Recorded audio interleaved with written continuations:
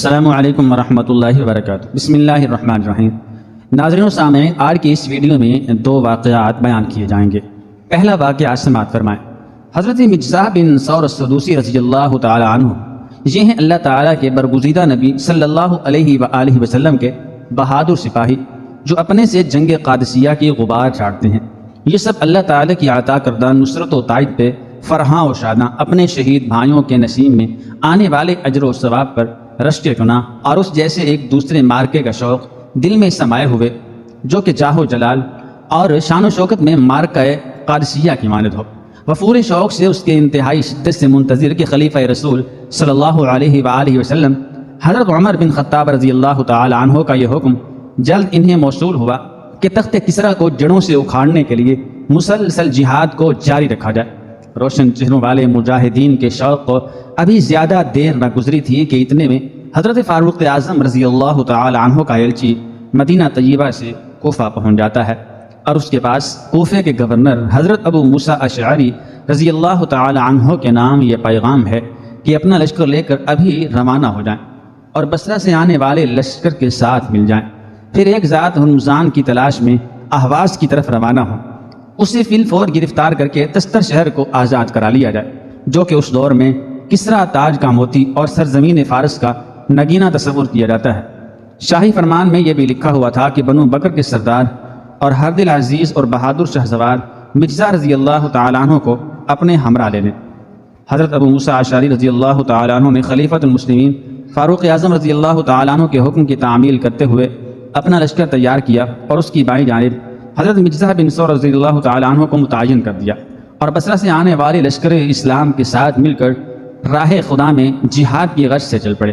مختلف شہروں کو آزاد کراتے ہوئے اور آبادیوں کو کفر و شرک کی آلائشوں سے پاک کرتے ہوئے مسلسل آگے بڑھتے گئے، اور ہرمزان لشکر اسلام سے ڈرتا ہوا دم دبا کر بھاگ نکلا۔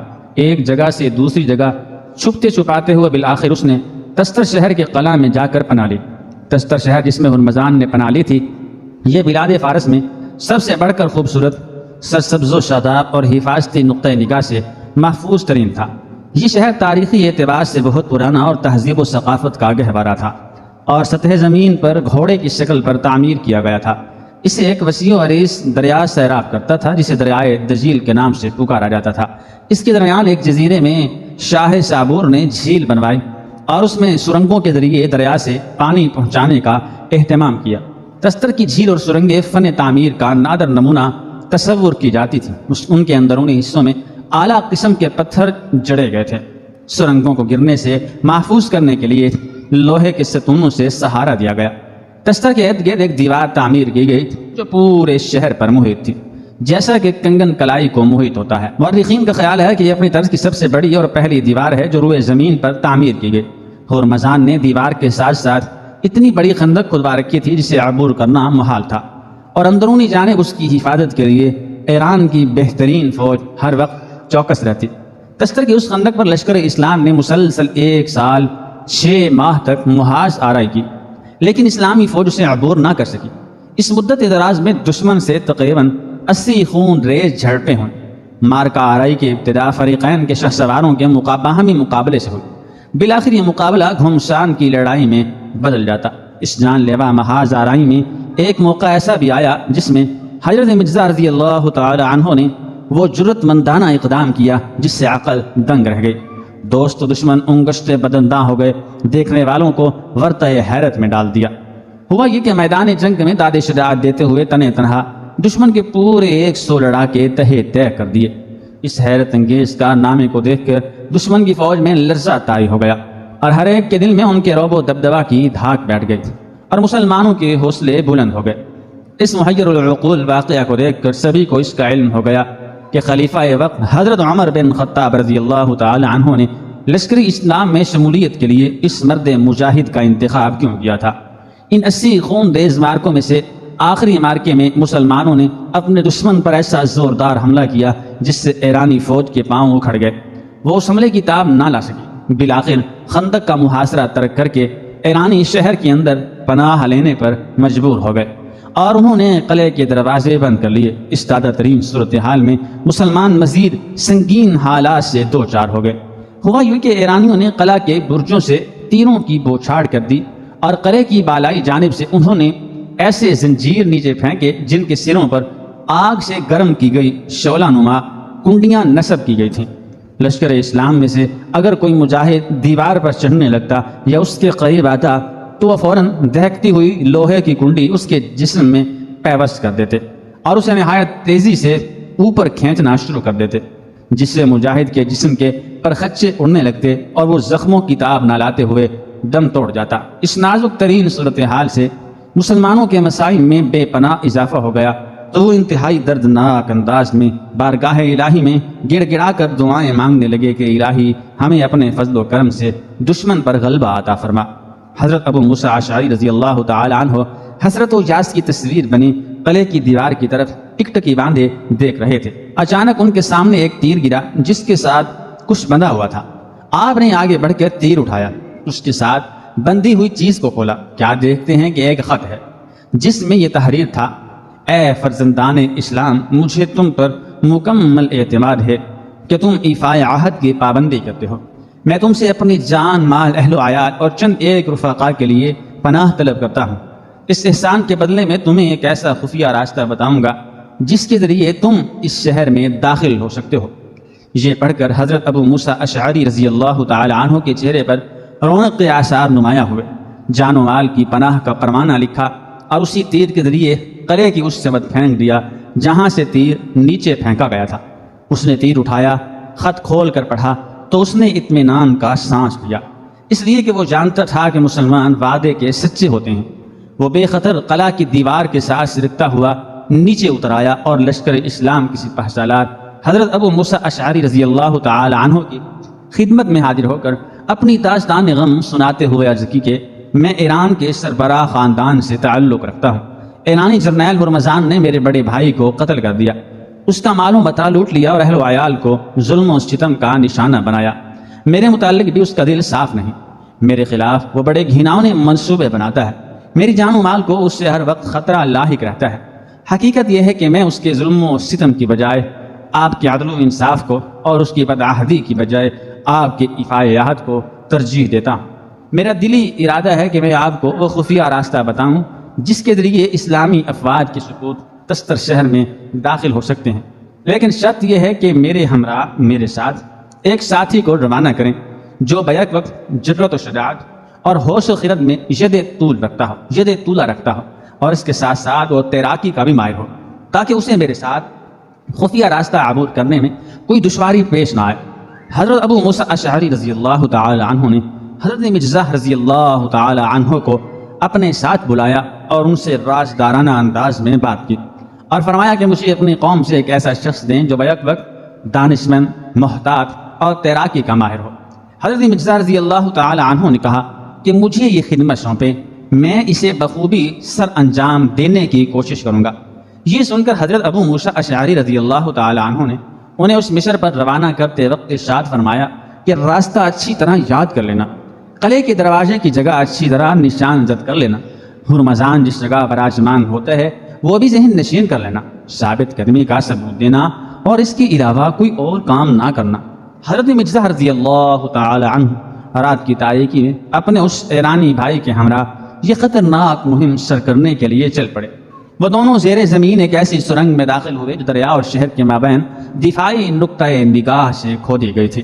سرنگ کہیں سے تو چوڑی تھی جہاں پانی میں چلنا ممکن تھا، اور کہیں سے وہ بہت تنگ تھی تو وہاں تیرنا پڑتا۔ اس سرنگ میں نہایت ہی محتاط طریقہ اختیار کرتے ہوئے مسلسل آگے بڑھتے گئے۔ بالآخر وہ اس سوراخ تک پہنچنے میں کامیاب ہو گئے جہاں سے بآسانی قلعہ کے اندر داخل ہوا جا سکتا تھا۔ ان کے ساتھی نے وہیں سے اشارہ کیا کہ وہ دیکھو، میرے بھائی کا قاتل ہرمزان بیٹھا ہے۔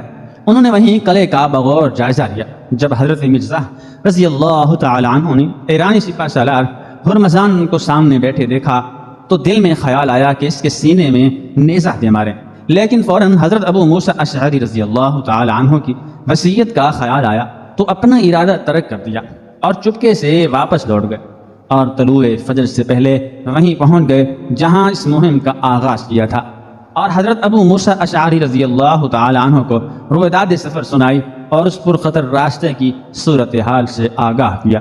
اس صورتحال کو پیش نظر رکھتے ہوئے حضرت ابو موسیٰ اشعری رضی اللہ تعالی عنہ نے لشکر اسلام سے ایسے 300 مجاہدین کو منتخب کیا جو سب سے بڑھ کر شیر دل، طاقتور، سخت جان اور تیراکی کے ماہر تھے، اور حضرت مجزہ رضی اللہ تعالی عنہ کو ان کا امیر مقرر کر دیا، اور اس مہم پر روانہ کرتے وقت یہ خصوصی ہدایت کی کہ اگر شہر کے اندر داخل ہونے میں کامیاب ہو جاؤ تو نعرہ تکبیر بلند کرنا۔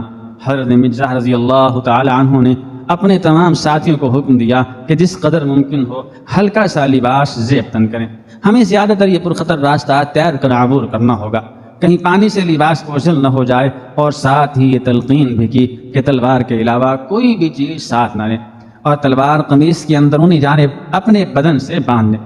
ان مجاہدین کو رات کی تاریکیوں میں اپنے ہمراہ لیا اور اس مہم کو سر کرنے کے لیے چل پڑے۔ حضرت مجزہ رضی اللہ تعالی عنہ اپنے ساتھیوں کو لے کر غار میں داخل ہوئے تو پانی خوفناک انداز میں پوری تیزی سے بہہ رہا تھا۔ یہ سب پراسرار بندے اپنے اللہ کا نام لے کر اس میں کود گئے۔ اس دشوار گزار راستے کو عبور کرنے کے لیے، پار کرنے کے لیے پوری جرأت مندی کے ساتھ آگے بڑھنا شروع کیا۔ ہر ایک مجاہد اپنے گرد و نواز سے بے نیاز ہو کر اپنی منزل تک پہنچنے کے لیے کوشاں تھا۔ جب چند ساتھی حضرت مجزہ رضی اللہ تعالی عنہ کی قیادت میں سرنگ کے آخری سرے تک پہنچنے میں کامیاب ہو گئے تو کیا دیکھتے ہیں کہ پانی کے بے رحم موجوں نے ان کے 220 افراد کو اپنا لقمہ بنا لیا، اور صرف 80 افراد اسے عبور کرنے میں، اسے پار کرنے میں کامیاب ہو سکے۔ حضرت مجزہ بن ثور رضی اللہ تعالی عنہ اور ان کے ہمراہ 79 افراد نے قلعہ کے اندر قدم رکھتے ہی اپنی تلواریں فضا میں لہرائیں اور یکدم قلعے کے محافظوں پر حملہ کر دیا، اور آنے واحد میں انہیں تہہ طے کر دیا اور قلعہ کا دروازہ کھولنے میں کامیاب ہو گئے۔ دروازہ کھلتے ہی نعرہ تکبیر بلند کیا۔ جب یہ آواز قلعے کے باہر لشکر اسلام نے سنی تو مجاہدین نے جذبہ اسلام سے سرشار ہو کر پرزور انداز میں نعرہ تکبیر بلند کیا اور طلوع فجر کے وقت شہر پر ہلہ بول دیا۔ گھمسان کی جنگ چھڑ گئی۔ جنگی تاریخ میں کم ہی اس جیسے ہولناک منظر دیکھے گئے ہوں گے کہ جس میں لاشوں کے انبار لگ گئے۔ شہر کے گلی کوچوں اور قلعہ کے اندرونی میدان میں لڑائی پورے زوروں پر تھی کہ حضرت مجزہ رضی اللہ تعالی عنہ نے ایرانی فوج کے سپہ سالار ہرمزان کو میدان میں برسر پیکار دیکھا تو اس کی طرف بڑھے۔ لوگوں کے ہجوم کی وجہ سے وہ آنکھوں سے اوجھل ہو گیا۔ تھوڑی ہی دیر بعد جب دوبارہ وہ سامنے آیا تو آپ رضی اللہ تعالی عنہ نے اس پر حملہ کر دیا، لیکن آپ رضی اللہ تعالی عنہ کی تلوار کا وار خطا گیا۔ ہرمزان نے وار کیا جو عین نشانے پر لگا، جس سے لشکر اسلام کا یہ بطن جلیل میدان جنگ میں شہید ہو کر گر پڑا، لیکن آنکھوں میں چمک اور چہرے پر سرور کے آثار نمایاں تھے۔ بلا شبہ یہ کیفیت اس عظیم کارنامے کی وجہ سے تھی جسے اللہ سبحانہ و تعالی نے سر انجام دینے کی انہیں سعادت نصیب فرمائی۔ فتح حاصل کرنے کے بعد مجاہدین کا قافلہ ہرمزان کو اپنے ہمراہ لے کر مدینہ طیبہ کی طرف روانہ ہوا تاکہ خلیفہ وقت حضرت عمر بن خطاب رضی اللہ تعالی عنہ کو فتح کی خوشخبری سنائے۔ ہرمزان کو خلیفہ کے سامنے پیش کیا تو اس وقت اس نے شاہی لباس پہن رکھا تھا۔ اس کے ساتھ ساتھ فتح کی بشارت دینے والے مجاہدین ایک یہ بھی خبر لے کر آئے کہ ان کا ایک بہادر، سخت جان اور صبر و تحمل کا پیکر ساتھی مجزہ رضی اللہ تعالی عنہ میدان جنگ میں جام شہادت نوش کر چکا ہے۔ ناظرین، اب دوسرا واقعہ سماعت فرمائیں۔ ایک ثقہ راوی کا بیان ہے کہ جب عبید اللہ بن زیاد اور اس کے ساتھیوں کے سر کوفہ کی مسجد میں لائے گئے تو میں بھی وہاں گیا۔ میں نے لوگوں کی زبان سے آ گیا کے الفاظ سنے۔ آخر ایک سانپ آیا اور ان کے سروں کے درمیان بیٹھ گیا، پھر عبید اللہ بن زیاد کی ناک میں گھس گیا اور کچھ دیر بعد نکل کر چلا گیا جہاں تک کہ نظروں سے غائب ہو گیا۔ پھر لوگوں نے آ گیا کہنا شروع کر دیا۔ دوسری دفعہ وہی سانپ پھر آ گیا اور جس طرح پہلے کیا تھا اسی طرح اب بھی کیا۔ اہل بیت کے مال سے فائدہ نہ اٹھا سکے۔ شمر بن ذی الجوشن کو حضرت امام حسین رضی اللہ تعالی عنہ کے سامان سے کچھ سونا مل گیا، جس میں سے وہ کچھ اس نے اپنی لڑکی کو دے دیا تھا۔ اس کی لڑکی نے وہ سونا ایک زرگر کو دیا تاکہ وہ اس کے لیے کوئی زیور بنا دے۔ جب زرگر نے سونے کو آگ میں ڈالا تو اس میں بھسم ہو کر رہ گیا۔ شمر نے سنا تو زرگر کو بلا کر باقی سونا بھی اسے دے دیا اور کہا کہ میرے سامنے اس کو آگ میں ڈالو۔ جب زرگر نے اسے آگ میں ڈالا تو وہ بھی بھسم ہو گیا۔ اسی طرح روایت ہے کہ حضرت امام حسین رضی اللہ تعالی عنہ کے چند اونٹ جو بچ گئے تھے انہیں ظالموں نے ذبح کر دیا اور کباب بنائے۔ ان کا ذائقہ اس قدر تلخ تھا کہ ان کے گوشت میں سے کسی کو کھانے کی ہمت نہ ہوئی۔ میدان کربلا میں یزیدی لشکر کے ایک سپاہی نے حضرت امام حسین رضی اللہ تعالی عنہ کو اپنی تلوار سے زخمی کر دیا تو حضرت امام حسین رضی اللہ تعالی عنہ نے سخت تکلیف میں تڑپ کر اس کو بددعا دی کہ اے اللہ تو اس شریر کو اپنے عذاب میں گرفتار کر لے۔ اللہ کی شان، حضرت امام حسین رضی اللہ تعالی عنہ کی دعا بارگاہ الہی میں اسی وقت قبول کر لے گئے، جس کا نتیجہ یہ ہوا کہ اس بدبخت کو اس وقت قضاء حاجت کا شدید تقاضا ہوا تو آپ کو چھوڑ کر ایک جھاڑی کی طرف بھاگا۔ جب وہ برہنہ ہو کر بیٹھا تو اچانک ایک سیاہ بچھو نے اس کو ڈنگ مارا، جس کی وجہ سے وہ اپنی نجاست میں آلودہ ہو کر تڑپ تڑپ کر مر گیا۔